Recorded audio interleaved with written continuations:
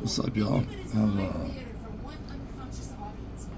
I've been caught up with a lot lately, as I mentioned in my previous video. Hospital and whatnot, getting my wife sorted out. Trying to make sure she's somewhere that she can get the best care possible. Working on getting transferred to Mass General, but we are home. We're okay for the moment, thank God. Other than that, I've just been sitting around listening to Try That in a Small Town on the loop.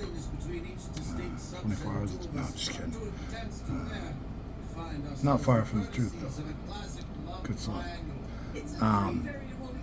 Yeah, so in school, I am in my Master Armorer's class, and the last class, one of the last classes, they send you a Rock Island GI 1911 A1, and pretty much let you go to town on it, see what you can do with it. This one I'm going to gift to my father.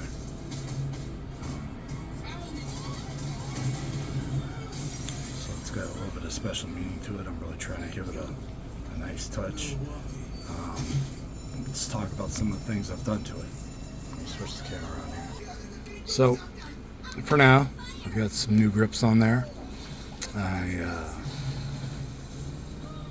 am polishing the back of the ejection port just to help kick the brass a little more clean, like you see on some of the more high-end 1911s, such as my Colt.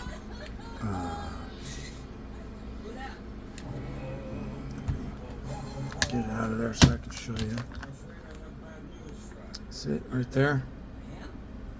That's what I'm talking about. Ow! So, there's that.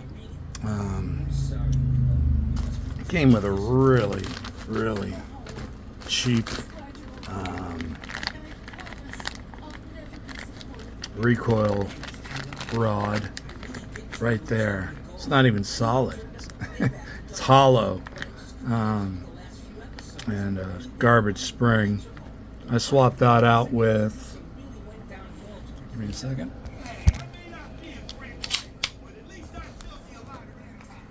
full length recoil rod and an ISME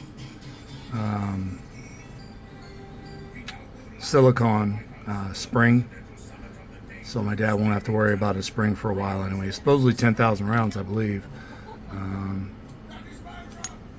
There was a little notch on the, you can see it right there, that little shiny spot just to the right of the slide stop that came down for some reason. I'm not sure what the purpose was, but it didn't need to be there, so I got rid of it. I stoned it off, and the rack is much cleaner.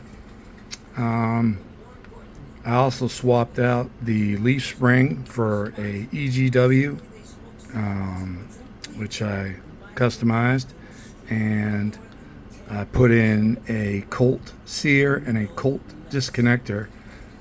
Man, you would not believe how flimsy the, let me see here, the,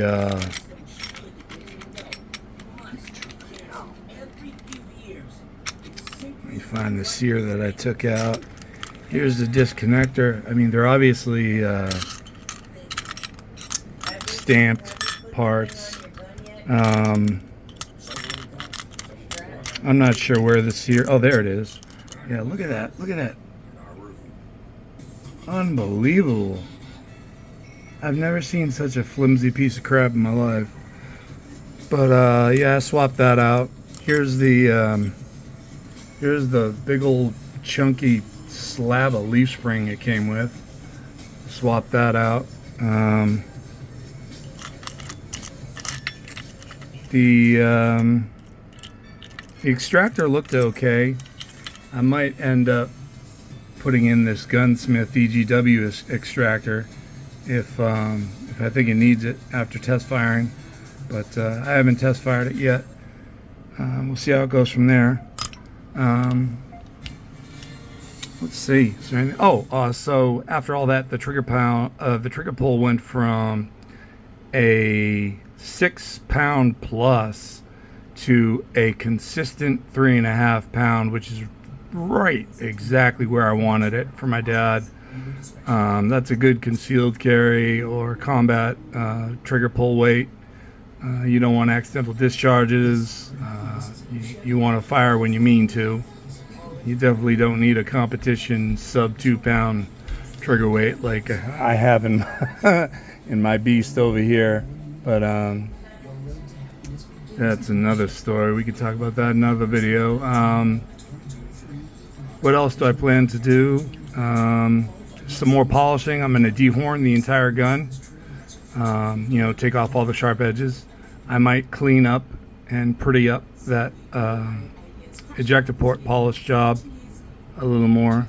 But after I'm finished with everything, to get rid of all the tool marks, I have a can of black matte Duracoat from Brownells that I'm going to paint the entire outside of the gun with.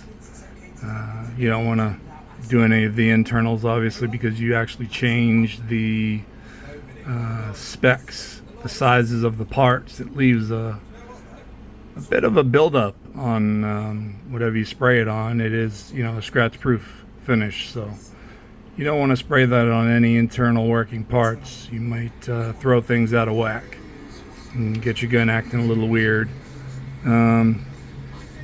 That's it for now. Aside from that, life is good. Praise God for every day that we have.